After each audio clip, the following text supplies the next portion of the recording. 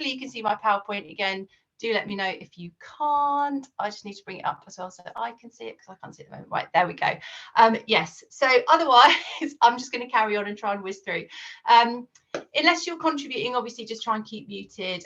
It's especially for the breakout rooms, if you could have your cameras on, just so that you can actually talk to people. And I think somebody did post something in the chat about a microphone not working, so you might be needing to be creative and using chat when you are in breakout rooms a bit later on. And basically, although we've got a couple of people that aren't here this evening, we will be a little community. There's not too many of us, so we're probably going to get a chance to know each other quite well, be quite supportive with each other, and start to build some links between schools and some curricular thought, which I think can be really beneficial to schools. So with that in mind, you know, really do see this as a place where you can voice any uncertainties, any doubts, any confusion that you've got. There isn't anybody here who knows absolutely everything there is to know. And really, the course is much more about us exploring curriculum thinking and building knowledge together, especially because although, you know, my focus, I do spend a lot of my time thinking about curriculum, but my knowledge of different subjects isn't as deep as what somebody who's an expert in that subject area would know. So we've all got different patches and areas of expertise that we can build on and grow together.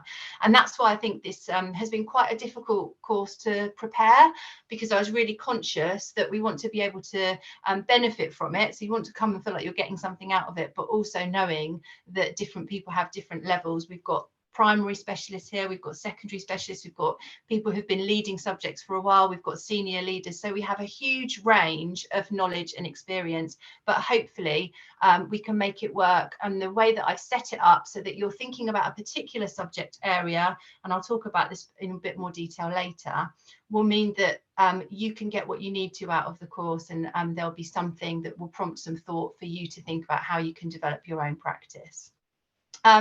With that in mind as well, we've got lots of members from within Advantage Schools Trust, which is fantastic, joining us, but we have also got external people who are outside of Advantage Schools. So those of you that work with me all the time, there are also people here that don't know us so well.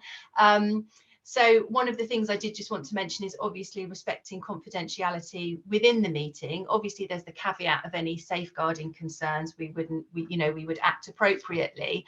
But where people maybe are sharing perhaps some areas that they feel they need to develop, or perhaps even practice in their schools where they don't feel their schools are where they would eventually like them to be, if we could kind of respect the confidentiality so that people feel comfortable sharing some of those areas that they'd like to develop, so that, because I think what we don't want is to all feel as if we've need to present ourselves as kind of the finished article, because that's going to get in the way of our development. So people need to feel as if they can share some of those vulnerabilities maybe as well, and just to kind of treat each other as professional colleagues in that way.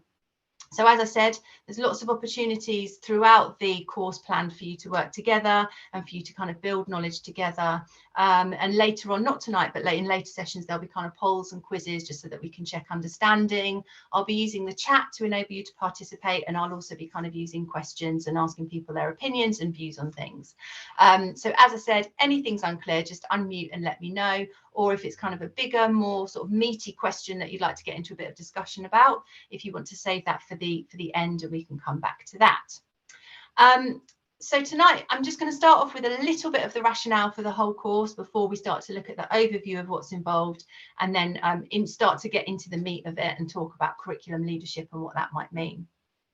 So in terms of considering sort of the rationale for the course, first thing I'd like to do is just point out to you that on your screen now, you should be able to see like a P and a number, and that refers to the page in your workbook where you will find this information, or where you might find the questions or space for you to make notes. So whenever you see that little black circle, that's just directing you to the page in the workbook that's relevant. So what did I kind of decide? I wanted to run this course, and what did I want to set out to do? So I wanted to run a course that would enable us to really think about deepening and developing our knowledge of curriculum and assessment theory. And the reason I kind of wanted it to be through exploration of a particular subject area kind of came out of some conversations that I was having within the trust that I work about developing schools effectively, but also developing staff so that they, if they want to, feel prepared for maybe like it could be a middle leadership role, obviously, but then it's obvious that then you would focus on a specific subject. But within senior leadership, there's lots of roles around curriculum. How do you develop yourself for those?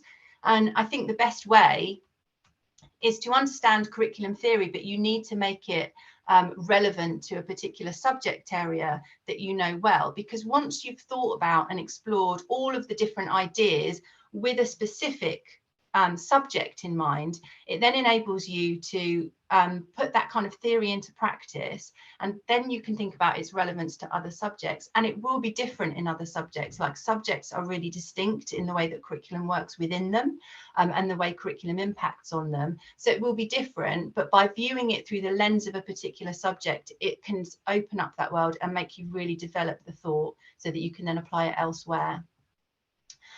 Also, to develop and deepen understanding of sort of key aspects, therefore, of school leadership that relate to curriculum.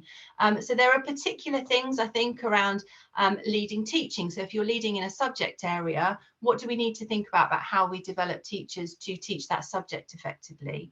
What quality assurance processes can we put in place that actually lead to school improvement rather than getting in the way?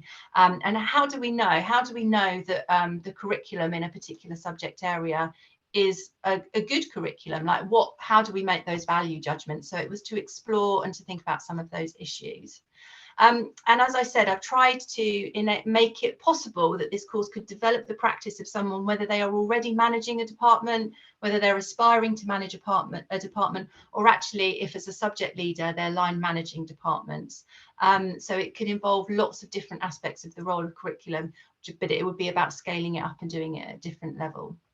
So just at this point, just to give you a moment to have a few seconds reflection, on page 2 of your workbook, there is a space for you to make a note as to what are you hoping to get out of this? So what do you want to achieve? What made you sign up for it? And actually, what impact do you hope it would have on your professional life? So I'll just give you a minute to think about that, and then I'll ask you to share some ideas via the chat.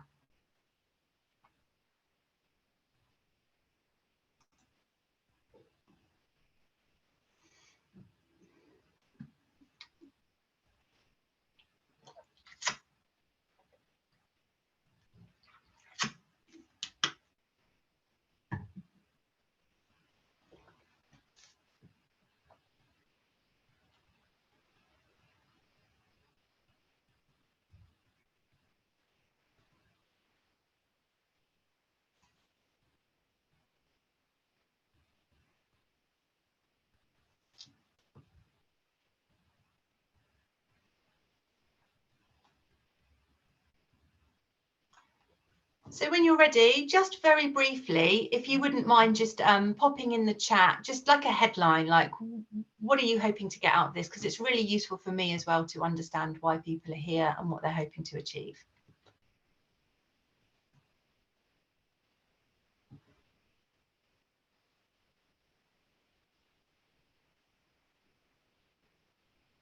Thanks, Enzo. That's really helpful. We'll do lots of talking about sequencing, yeah.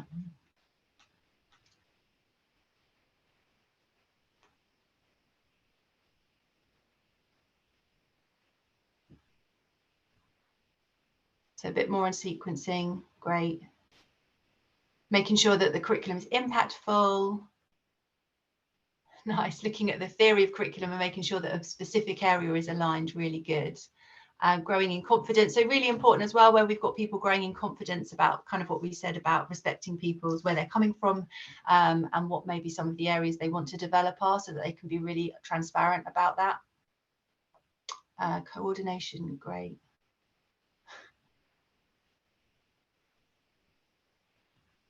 Wow, Enzo, starting from scratch. I mean, in a way, that sounds like a challenge that I would relish. But yeah, that's but also quite overwhelming. It might be something we want to talk about at the end, whether that's it as well, working with a team or just a particular one person kind of having to do it, because I think that makes a difference too. Okay, great. So it looks as if there's actually lots of linking up there, perhaps with what we're seeing. Assessment is a really big one. I think assessment's really tricky, but obviously really important in terms of quality assurance, but making sure the curriculum that you think you're teaching has actually been learned.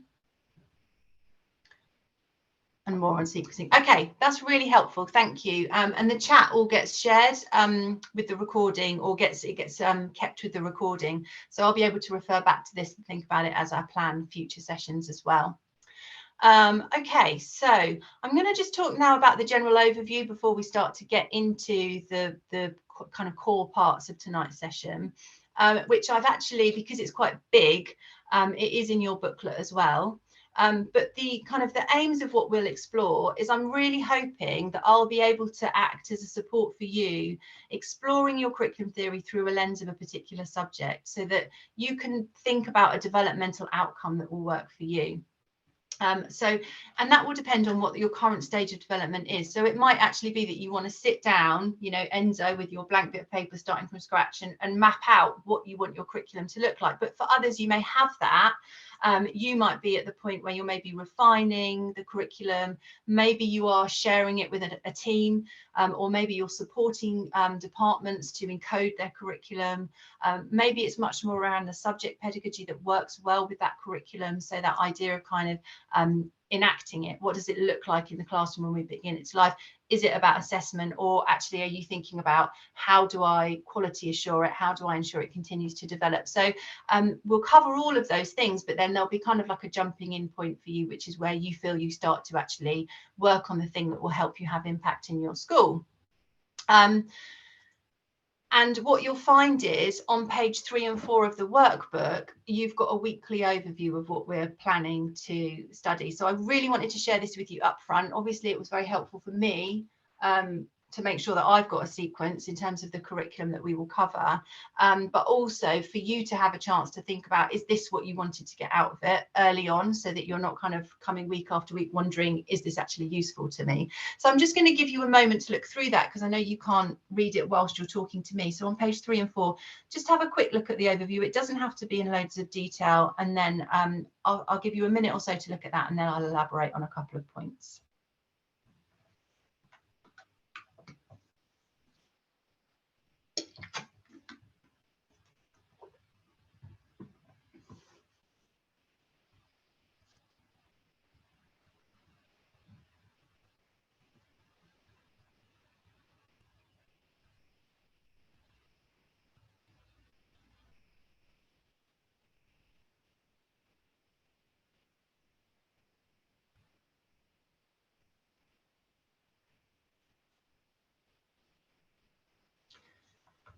So just a couple of things I want to draw your attention to that you've probably noticed.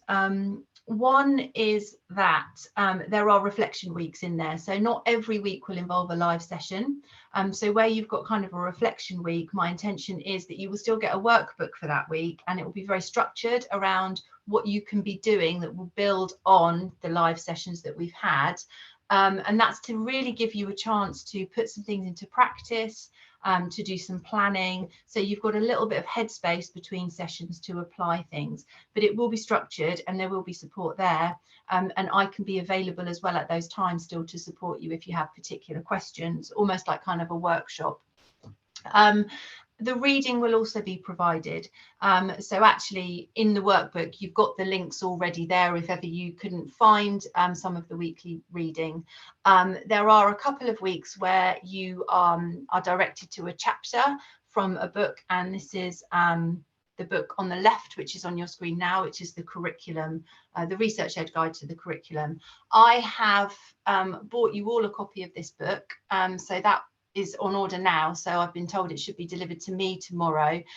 So if you're one of our schools, I'll bring it to you.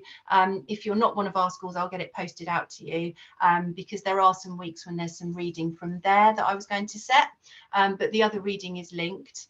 The second book, Symbiosis, that is the book that I kind of think at the end of the course is a really good book to have. It's a good reference, and it'll cover a lot of the things that we've done, but it'll just give you a chance to reinforce it and think about it. If you're one of our schools, in Advantage Schools, I'm asking that when you finished with these books, we kind of return them and have them as a central CPD library for the schools. And obviously, if you already have these books and you get a copy, you know, feel free to pass it on and gift it to somebody else if you don't need it because you've already got a copy. But there are lots of other references that I've pulled on to actually write the course as well. So just to give you a sense, kind of a bit of an overview, on your screen now are sort of the go-to books that I think I've read that have influenced my thinking, and then that thinking has kind of gone into resourcing and structuring this course. So there's quite a lot of different thinkers and expertise that I'll be drawing on. It's not just me making it up. I have kind of based it in something that I've engaged with over years, really. Okay, right, so I'm going to get onto the content now and start to get started with this idea of curriculum leadership. And I think, first of all, it is worth doing that kind of classic, I'm writing an A-level essay, I'm going to start off with a definition thing. But I do want to start off by thinking about what are we talking about when we talk about curriculum. So a really straightforward definition from the Oxford English Dictionary is just the subjects that comprise a course of study in a school or college. So that's it. It's just what subjects, and that's really clear. It's really straightforward, and it's basically saying that we base it on the subjects and on the content that we teach. But to kind of go into a little bit more detail, it's probably a bit more complex about that when we start to think about curriculum planning and curriculum writing. So Dylan William, in a book, a pamphlet called Principal Curriculum Design, which actually this week's reading is drawn on an extract from that. He sort of suggested, and some of this might look familiar to you when you see it, that we can break the curriculum down into a few different areas. So the first is the intended curriculum, and this is literally just what you plan to teach. So what are the topics you're going to teach? What are the ideas you want to introduce pupils to? What are the concepts? What's the content that pupils will learn? And that's it. That's all the intended curriculum is. The implemented curriculum, so he would say that's the resources. It's your textbook, it's your lesson plan, it's your PowerPoint or your scheme of work, or if you're using workbooks or worksheets, it's the stuff that you create to enable you to teach the curriculum. And then thirdly, the enacted curriculum. So this one might not be so familiar, but what he said was that the enacted curriculum is how does that planning and that resourcing then come to life in the classroom? So what's the subject specific pedagogy that is relevant to this subject area? What's the actual interaction that will take place between the learner and the teacher? And if we think about it, this is what children will experience as the curriculum. That's if you ask them kind of what school is or where they learn, that's the bit that they're going to go to. They won't say, well, it's the long-term plan on the website. They'll be talking about the enacted curriculum. So it's really important because that's the bit where it comes to life. So obviously you can see there that there's been influence over the new Ofsted framework where we've got the three I's. We've got intent, implementation and impact. So Ofsted didn't go for the enacted curriculum. They kind of bundled the enacted curriculum in with the implemented curriculum, and then impact is just kind of the results. As always, the pamphlet is fairly straightforward and clear on what these different things are. Whenever, it's just inevitable, isn't it, that when Ofsted get some hold of something and use something, we all worry so much about what it is Ofsted want that it can lead to some really lethal mutations. But going back to kind of this simple idea, the intended curriculum is just what you plan to teach. So it doesn't necessarily mean that there has to be a really lengthy curriculum intent statement. Like the intended curriculum is the curriculum overview, but obviously lots of schools feel under pressure to produce those kind of things because it's in the Ofsted framework and they feel that Ofsted will need to see that. But a lot of time can then be spent on thinking about writing curriculum intent statements rather than just thinking about actually what are we going to teach, what are the key things that we want to include. One thing I would say as well is that you may notice is that in that kind of the idea of the three I's, there's no talk of enrichment in this definition of curriculum. And actually, a lot of people would say that the school curriculum is much bigger than this. The school curriculum would include all of the learning experiences that pupils have that are planned by the school. So that would include trips, it would include visits, it would include kind of extracurricular clubs and activities, because pupils are still learning about those things. But it just doesn't, but this definition of curriculum very much focuses on the academic classroom and that learning environment. So just kind of some sort of historical context really, and with the complete acknowledgement that what I'm about to go through is ridiculously abridged, and really is just focusing on the context for sort of the recent curriculum reforms. So it is a very abridged version of curriculum kind of context in the UK. But way back in 67, kind of Callaghan set the scene about this idea of, you know, maybe we should have a core curriculum that an entitlement, I guess, that pupils could study. But it didn't actually come to pass until 1988 that the national curriculum was introduced. So it took a long time for kind of that idea to actually make its way into practice.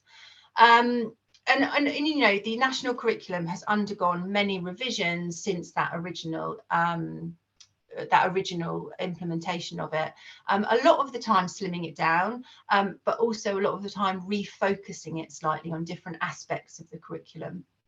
And in 2007, kind of the Labour government was really putting a lot of, you know, you'll remember, some of you will be too young to remember, but you might know about the kind of the Tony Blair speech, the education speech that he did, and just kind of this massive investment in education. And that led to kind of the Labour government's kind of curriculum reforms, which then pretty much got shelved once the coalition government came along. And what the coalition government did was they asked Tim Oates to chair kind of an expert review panel. And Oates looked into the countries that have like the highest student outcomes. And he reported back that he felt those countries were characterised by a very clear rationale for what was to be taught and what explicit content should be covered. And he really recommended that the national curriculum be slimmed down. He felt it was like very bulky, and had led to a pressure on teachers to race through and be quite overburdened by a lot of content, which meant that teachers were tending to kind of tick off topics and objectives. And there was pressure, you know, that as someone teaching in schools at this time, there was pressure from Ofsted, you know, that and they would say now that these were myths, but it didn't feel like a myth at the time when your professional development in school was, I was literally told, they will come into your lesson, they'll stay for 20 minutes, and if they haven't seen progress in that time, they'll leave and your lesson will be judged as inadequate. Like, pupils have to demonstrably have made progress every 20 minutes, so you had to put all kinds of things into your lessons to prove that the pupils had made progress within a 20-minute time frame. Now, I know that kind of there's arguments that that was a mutation. It wasn't true that Ofsted were looking for that, but loads of schools were told that and loads of schools went with that. And it perhaps led to children being rushed through content. If you combine that kind of teaching culture with a culture where the curriculum, the national curriculum, has got loads of content in it, being pushed through it, but never maybe securing things, or, you know, have they genuinely learnt it because of that difference between performance. I can, you know, if you show me how to do something, I can probably perform and replicate that. And you can say you've made progress because you can do that now and you couldn't before. But have I genuinely learnt it? Will I be able to do it next week, next month, next year? And Oates kind of recommended that the bulkiness of the curriculum needed stripping back, that it was overburdened, and therefore that there should be a focus on content, but that it shouldn't be, it should be leading towards mastery of things rather than just racing through things. And what you kind of get is from kind of about 2016, probably earlier, but increasingly so from that time, a focus on content, kind of the people starting to talk about having a knowledge-rich curriculum and what that meant, really thinking a lot more about what pupils know and can do and how the curriculum can enable that. And, you know, even sort of 6 or 7 years ago, if you saw job adverts that were senior leadership positions around curriculum, you would probably think that meant you're the person that writes the timetables in the school, rather than what we now might think of, which is you're the person who oversees the quality of the curriculum planning. So there has been kind of a shift in recent years to think about the content that pupils teach. And obviously massive in pushing that forward is the new Ofsted framework. So by having a real focus on curriculum, it's definitely promoted the idea to schools that they should be thinking about the content they teach and placing that at the centre of their work, really, that is what schools are about. So moving on from that to kind of think about, why does curriculum matter? Why is curriculum important? And one thing I would argue is that it isn't important because of Ofsted. So whilst I've just said Ofsted have been influential in pushing this forward, I don't think it's the reason that we should be here thinking about curriculum. I think if you have a great curriculum and it leads to a great Ofsted report, then that's lovely, and that's great to see the work recognised. But I would argue that even if Ofsted weren't focused on curriculum, it's a worthy thing to think about, and I'm going to go through the reasons for that now. I personally think that there is a moral imperative to pursue an ambitious curriculum for pupils, and to think about it being the entitlement for all pupils. So, you know, really not just thinking about what's the diet that my really academic pupils are going to get, but actually, or my high prior attaining pupils, what is it that all pupils are entitled to? And I'll kind of talk about, I think there's kind of a few different reasons, and this is where I've been very influenced by the work of Ruth Ashby, who in her book on curriculum talks about kind of the moral imperative and outlines this argument in much more detail. So the first one would be cognitive reasons. So it's important to think about the curriculum because it supports what we currently think we know about how pupils learn and how learning works. So if we start to think of the curriculum not as isolated facts, but start to think about learning everything that we have stored in our long-term memory, from, I could say, like, I could ask you to think about the smell of your grandmother's kitchen, or I could ask you to think about a Shakespeare quotation. I could ask you to know that 4 5s are 20. So knowledge is what we think about, and it's what we think with. So without knowledge, without knowing and experiencing things, it's very difficult to think at all. And what kind of cognitive science has established is that children that know more end up learning more. And it has been argued that knowledge is sticky, or it's like mental Velcro. So whenever we read, whenever we think about something or solve a problem, we're drawing on the knowledge that we already have to do that work, to solve that problem.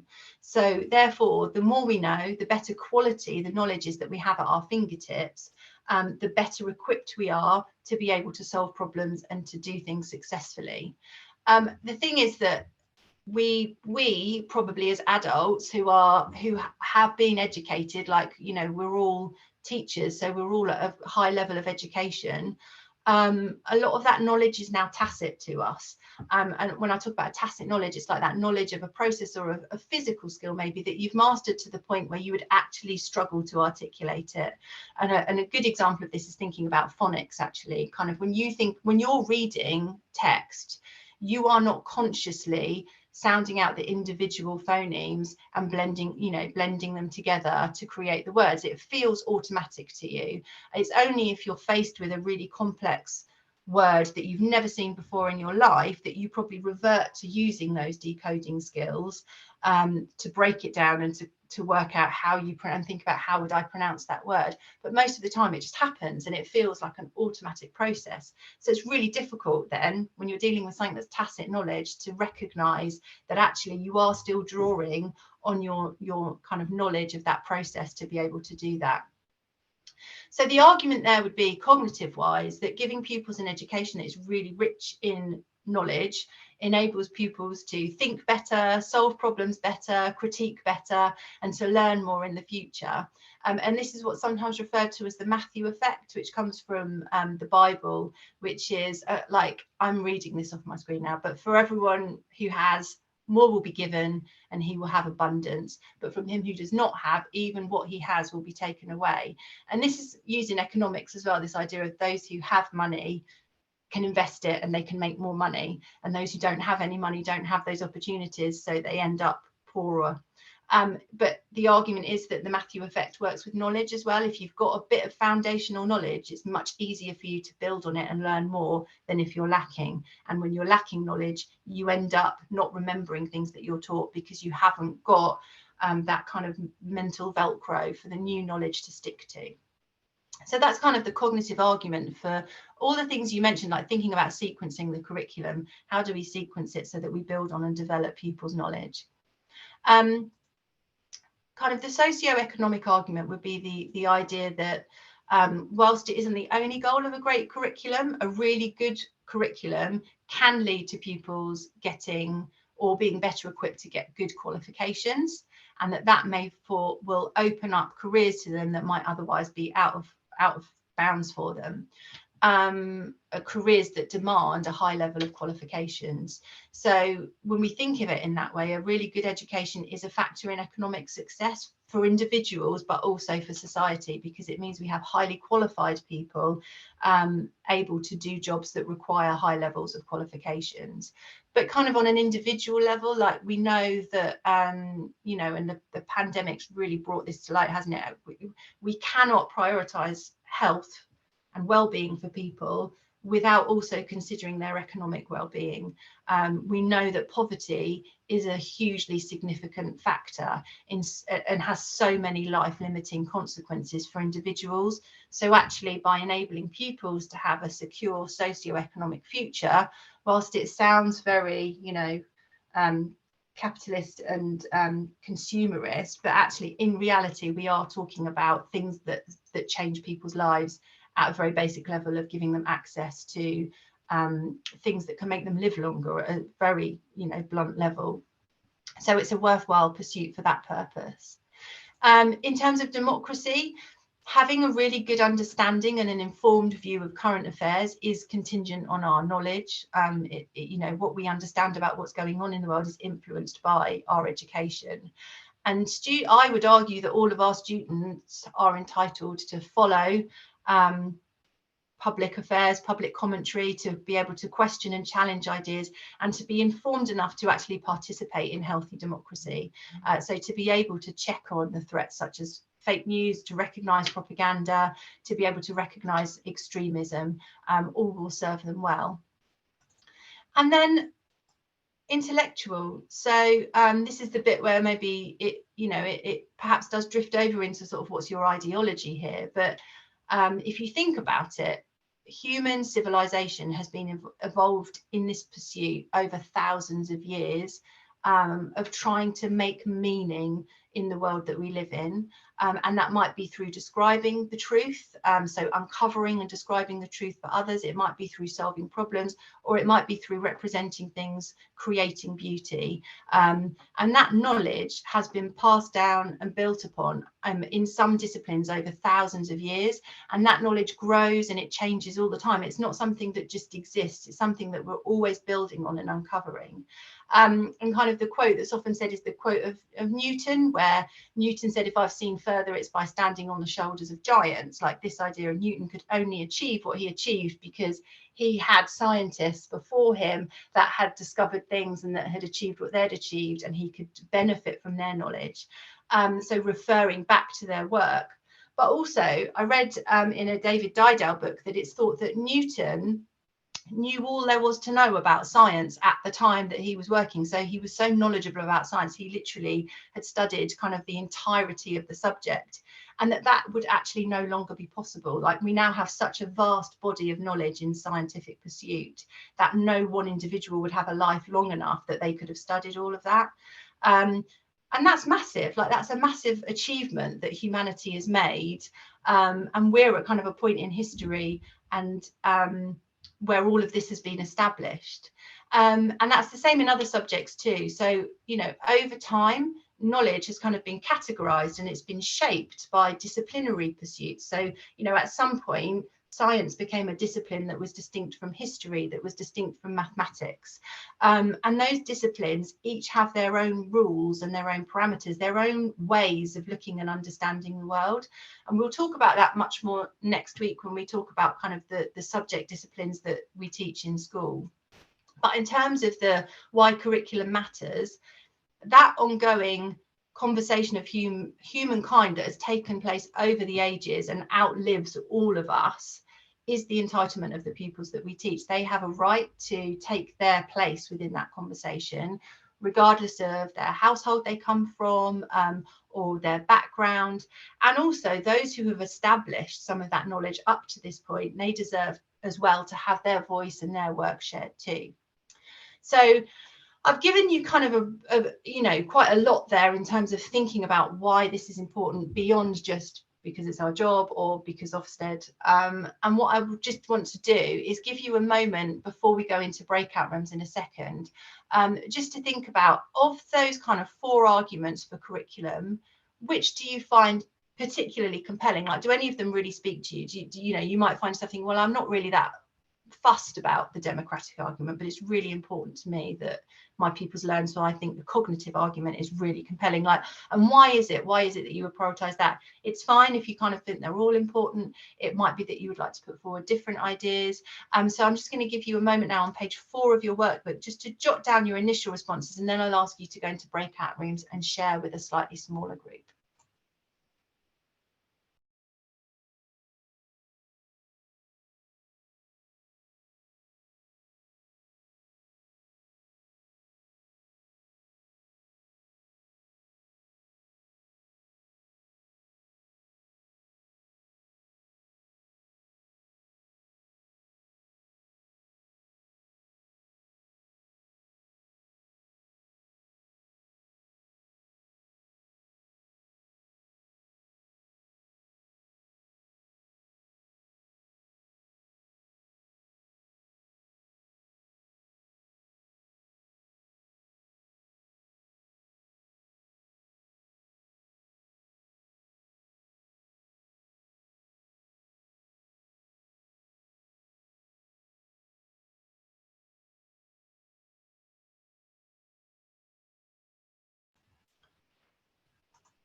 Okay, guys, so the prompts for your breakout rooms are slightly different, just to build on what you've just done. So thinking about what, in your view, the purpose of education is, and therefore, like that, thinking about that moral imperative, link it to that, like how does that impact on what you think should be included? And you can think about the particular subject area that you're thinking about throughout the course of this. Like, you know, if you're thinking about English, should we be teaching Shakespeare to children at primary school, for example? You know, I'm not saying that's what you have to talk about, but thinking about those kind of things, is there anything you feel really passionately linked to that argument you should include in your curriculum? Take the opportunity to introduce yourself to each other. There'll be 3 to 4 of you in each room, so I'll give you 5 minutes in the breakout room so that you have a chance to say hi, maybe talk a bit about your backgrounds, get a chance to know each other, and then have a discussion about the curriculum. So you should be invited to rooms now.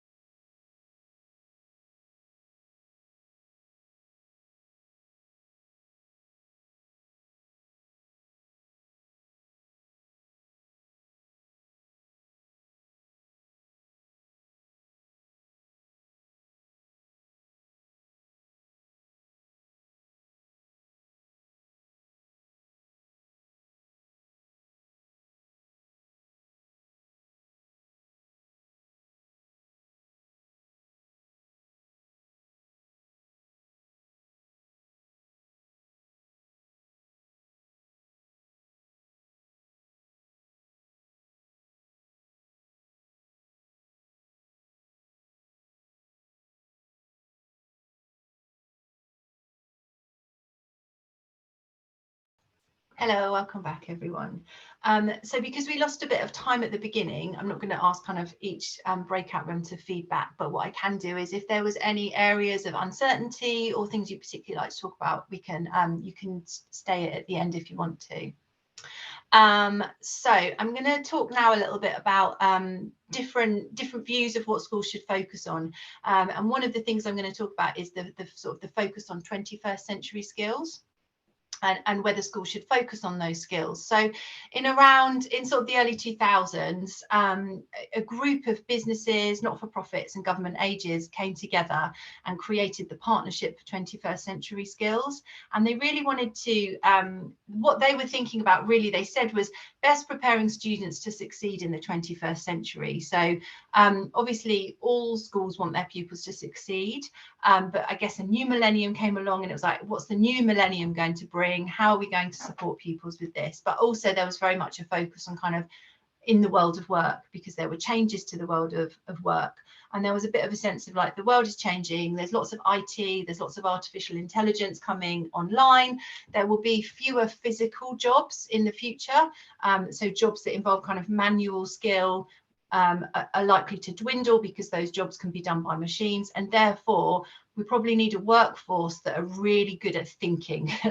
So that was kind of the general premise of this group coming together. A slight problem with the idea of 21st century skills is that there's not a consensus as to therefore these are 21st century skills. Having said that though, I'm going to share with you some of the sort of the commonly cited skills, which are those of collaboration, creativity, communication, critical thinking and problem solving. So often when people talk about 21st century skills, these are the types of skills that they think are really useful to people in pretty much in a workplace of this century, where people are working together, they're creating and communicating. I mean, it is interesting to look at the list as well and think, is that really unique to the 21st century? Like, I think people have collaborated in before the 21st century, and certainly communication, you know, these are all things that throughout history have been quite important skills, not just 21st century skills. But there was a sense that these are the things that we need pupils to be really good at for them to succeed. And this had a massive impact on curriculum, because there was a little bit in some of the rhetoric that came out of employers, a sense that schools aren't really doing a good enough job of preparing pupils for what we want them to be good at. And there was a bit of a pushback against traditional subjects and much more of a drive to get pupils working in a really cross-curricular way, with the focus on practicing skills rather than developing their knowledge. So, and we still can see this influence now. If we think about topic webs in primary, where we've got a topic and everything feeds into that topic, we're thinking about those kind of like cross-curricular learning objectives, which are often based on skills, which we can maybe apply across subjects. You know, and there were some extreme things that happened in schools. So, you know, when I was working in schools at this time, I remember being told group work has to take part in every single lesson. And I remember feeling a little bit like that's all right for me, because I'm an English teacher, I can do group work in a really straightforward way. And if you're a drama teacher, you're like, how would I do drama without doing group work? But in other subjects, it was much harder for them. You know, there is the opportunity for discussion in maths, but to do kind of group work as a kind of meaty project that takes up 20 minutes of a lesson is fairly difficult in subjects like that. So, you know, there was this sense of this was getting in the way sometimes of what a subject expert might think was important to actually do to teach their subject, because they had to do certain things. And at the most extreme kind of end, I mean, I did work in a school where we were given a project where we had to collaborate with other subjects. And I was quite fortunate. I got put with DT, who at the time were saying that they wanted to develop their pupils' writing skills. So they were like, oh, this is great. We've got an English teacher, and we just worked on writing frames so that their pupils could write effective evaluations in DT. But elsewhere, science and dance got put together, for example. So the dance teacher ended up trying to teach science through the medium of dance, which, you know, almost sounds like a kind of comedy thing of like interpretive dance, but it genuinely happened, and loads of curriculum time was given over to this. And it led to some quite disgruntled pupils that were like, I didn't want to study that. I wanted to, I'm doing dance, and vice versa, like in science, why are we doing dance in science? So there was lots of kind of stuff that went on in the name of like, we're building group work skills and we can draw things across the curriculum. Other aspects of it were really linked to like real life projects. So in English, it might be that pupils were asked to write brochures for like an estate agent brochure to sell a house as part of their persuasive writing. And some of the work was really fun. Some of it I think sounded really fun to adults because it felt like it was very real life. Some of the times it just got a bit depressing and disengaging because it seemed to talk so much about the outcome of school is just preparing pupils for work, rather than actually engaging with subjects. And because overall this argument is about school education being in service to a future workforce, really. But kind of cognitively, there's also a challenge to the approach of just focusing on 21st century skills, because all of these skills are really valuable things. But you could argue that it's very difficult to teach them across the curriculum.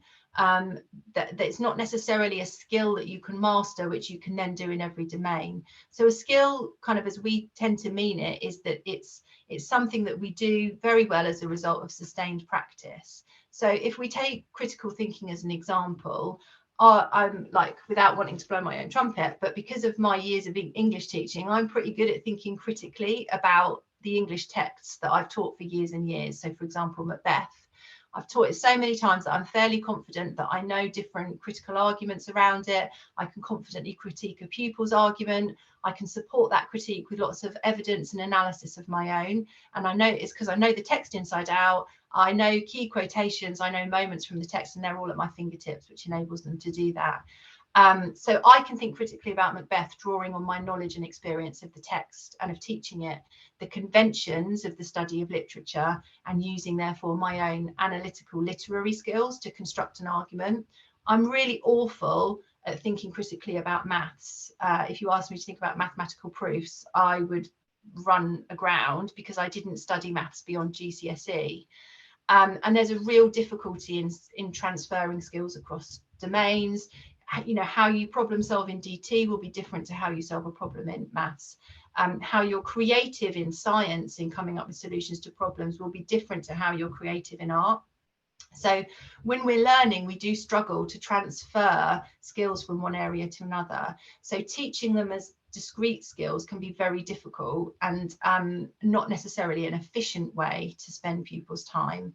But what we can do is ensure that they have access to a curriculum that will give them the supporting knowledge to do those things effectively within the different disciplines they pursue.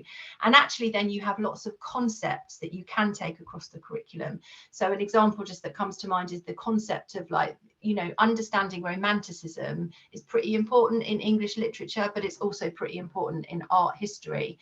So those concepts that are applicable across the curriculum definitely exist. They just need really careful thought, because if we try to apply something that feels like a generic skill across subjects, sometimes we can get into real difficulties. So the next thing I'm just going to introduce, and which we'll talk about much more next week, is the idea of powerful knowledge, which comes from Michael Young.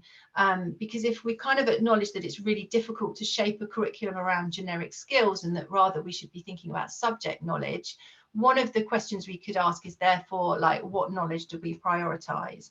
And those are the really, really hard questions, and the ones that we'll be grappling with as we move forward throughout this course.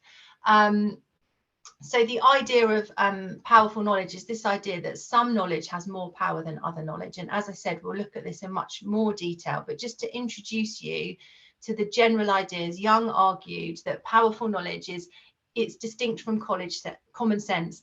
It's the knowledge that we acquire from we don't acquire from everyday experience. We need to be taught it. So not something that we could kind of figure out for ourselves. It's what we go to school for. It's stuff that if we didn't go to school, we probably wouldn't pick up elsewhere.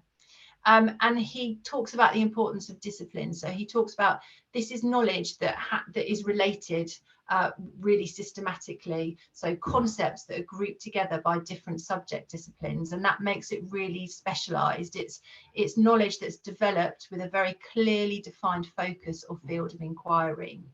So powerful knowledge should enable pupils to see the world in a different light, through different ways. They should be experiencing the world in different ways through different subject disciplines. And Young says, therefore, if it's going to open the world up to them in that way, it does really need to be ambitious and well chosen, but it should be the knowledge that empowers pupils. So we need to introduce them to the different disciplines and the rules of those different disciplines, the conventions, the way those disciplines work, because then we move beyond just telling them what the claims are that are made about knowledge, telling them what the claims are that scientists say this, or, you know, cognitive scientists are telling us this about how the brains work. Actually, if we introduce them to the disciplinary rules, it enables them to see that they can contribute to that. It's an ongoing discourse. We haven't finished knowing stuff. We're still understanding the world out, and they can then join in that conversation. And that happens to pupils at different points in their lives. So, you know, in science, a pupil in a science secondary or primary classroom is very unlikely to discover a cure for a disease. So they're very unlikely to contribute to that body of knowledge, but they absolutely can give their opinion on a text that they're reading on English. So they're able to shape knowledge in that sense, and they're able to participate in that conversation. So again, different subjects will have different levels of which pupils can get involved in that disciplinary aspect. So at this point, I was going to do just like another discussion, but obviously because we started a bit late because of the breakout room, can I suggest that just on page 5 of your notebook, you have a look at the prompts, and I'll give you just a couple of minutes to jot down some thoughts about your reaction to that. Like, does that ring true with you? Is it new to you? Is it kind of something you're very familiar with? Just so that you've got a moment to consolidate before we move on.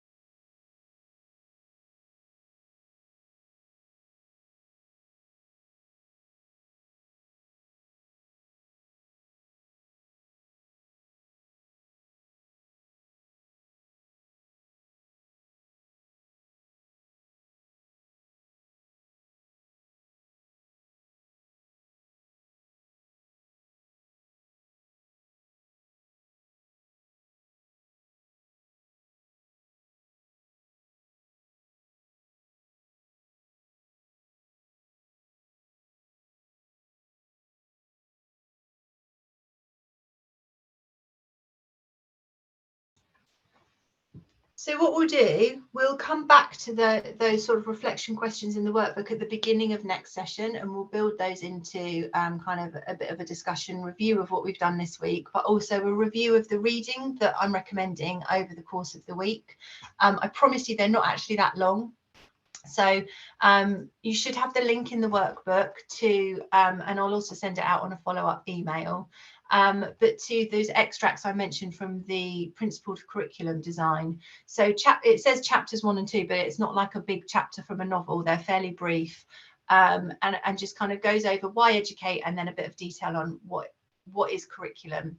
And then actually the reflection we do at the beginning of next session will build on what we've done, but also will build on that reading, so it will be a bit richer as a result.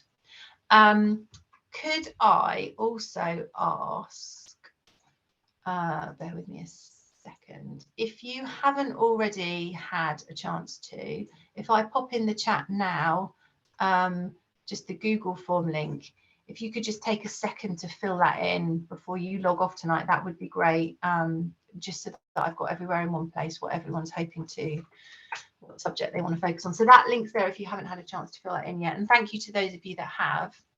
That's it in terms of the core content for tonight. I'm very happy to hang about for, I've got 20 minutes and then I do have to go at 12:30. I've got another meeting, but I'm very happy to hang about for 20 minutes if people have any questions. Otherwise you are free to go. And also if you've got any comments or feedback that is really you think is really useful for next week, feel free to drop me an email and let me know, or suggestions for how to improve things. Thank you very much, and thank you for your time.